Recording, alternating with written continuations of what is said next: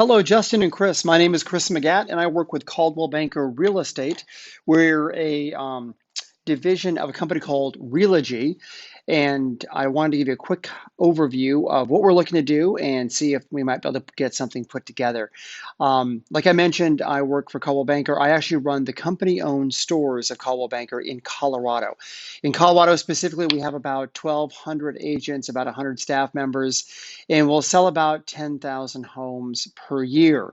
I am one of about 20 regional presidents across the country in different markets. As a whole, the company-owned stores of Coldwell Banker, called NRT, we total about 51,000 agents in 750 offices and span pretty much all the major metropolitan markets across the country.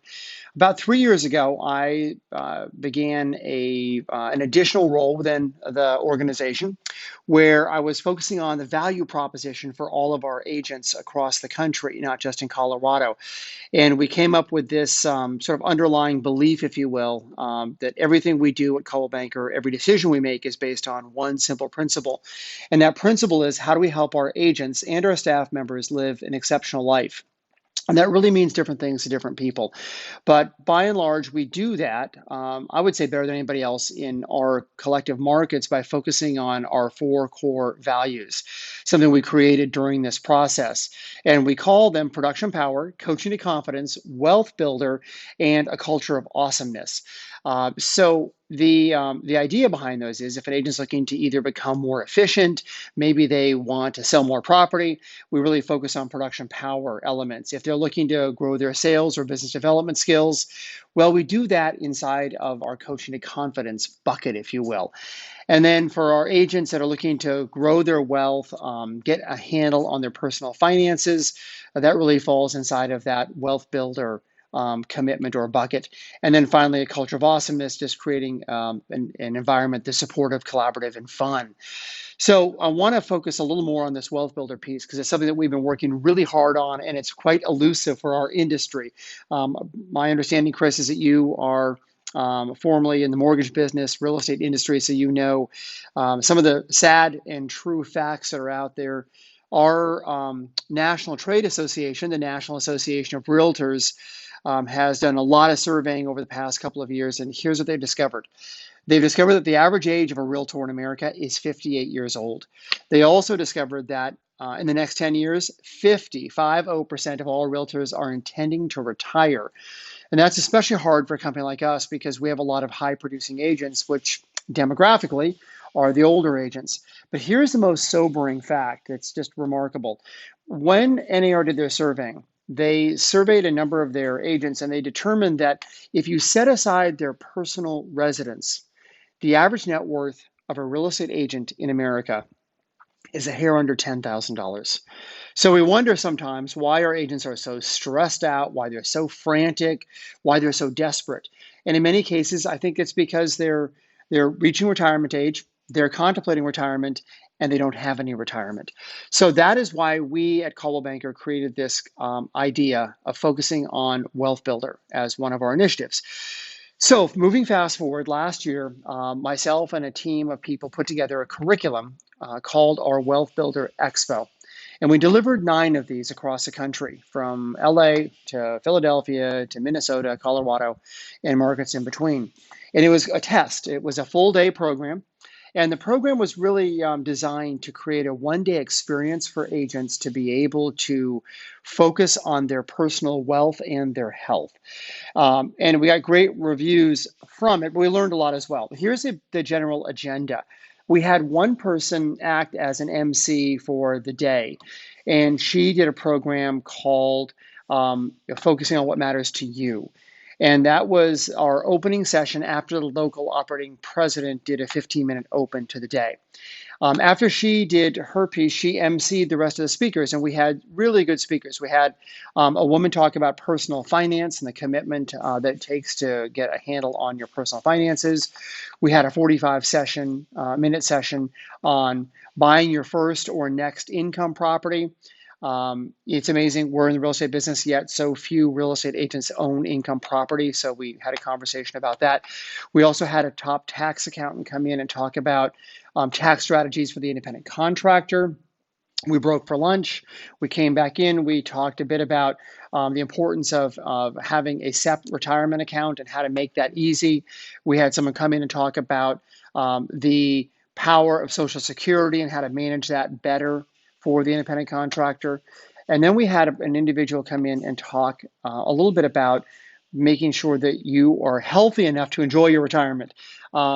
Because our industry is notorious for high stress, fast moving, not taking care of themselves, eating fast food, not eating right, not making time for exercise, etc.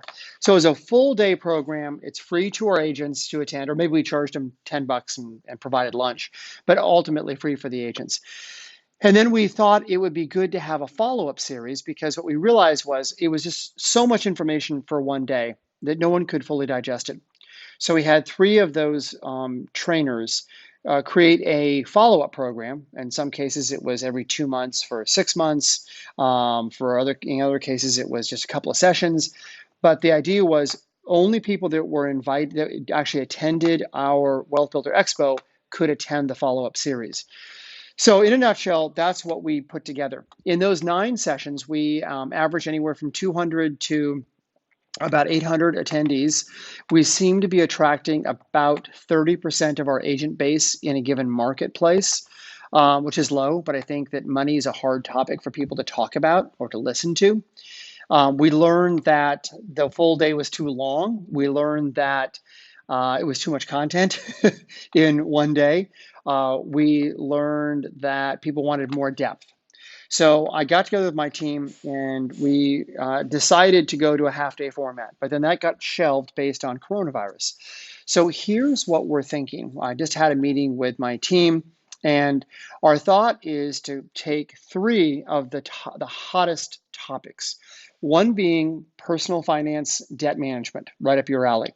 The second being taxation for the independent contractor, tax strategies, and the third one being a session specifically on how to buy your first or your next income property.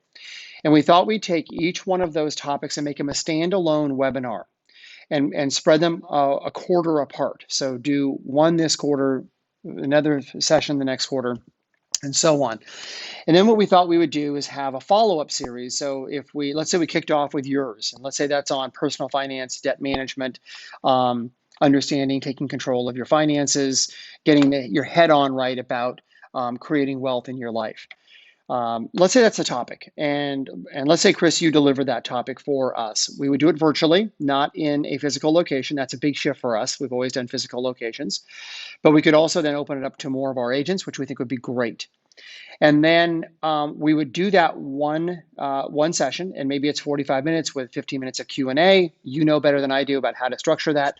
And then create a curriculum, or use your curriculum, where we could do 2 or 3 follow-up sessions behind that, only inviting those that attended your opening session, your keynote session, and then help them actually get some traction and create action behind that plan. That was the idea.